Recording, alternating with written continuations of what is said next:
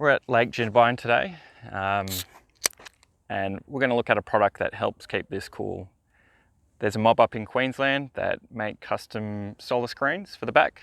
They're actually called Solarscreen. You create a custom template for them and they'll make it perfectly for the size of your window. It doesn't have to be a canopy, it could be the back window of your vehicle, or whatever you need to put a solar screen on a boat. So I haven't installed it just yet. We'll walk through that on how to keep the canopy cool, keep the heat out, keep your beard cold and nice and frosty. Step one of the Solarscreen process is actually tracing your window.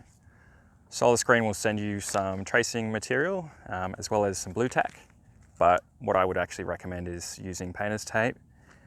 It's just easier to apply to the window. The blue tack just creates some lumps on the tracing material and gets in the way sometimes. So painter's tape, tracing material, put some designs together and pick a couple of those that best represent your window.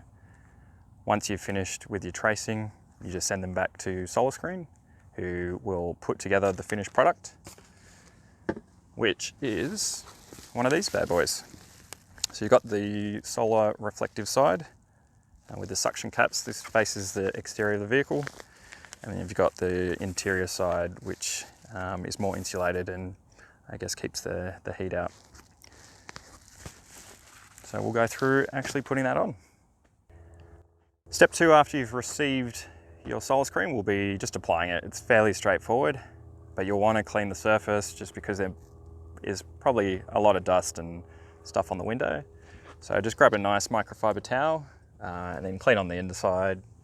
Make sure everything. Step three of the process is to apply your Solarscreen.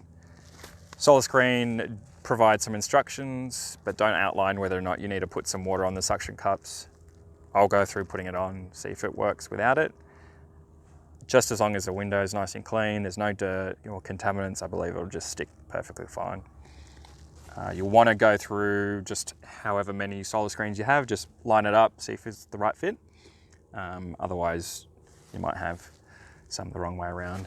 So we'll just go through sticking that on now.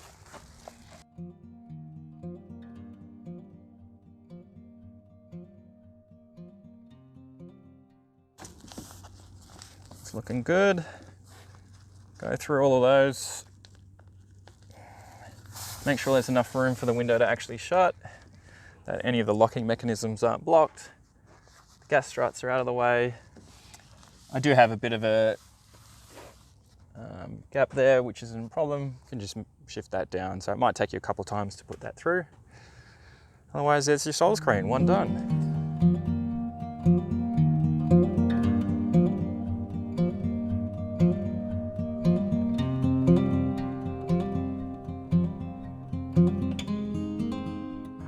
So that sums up the application of the Solarscreen. If you want to know more about this product or actually want to buy one, check out their website at www.solarscreen.com.au.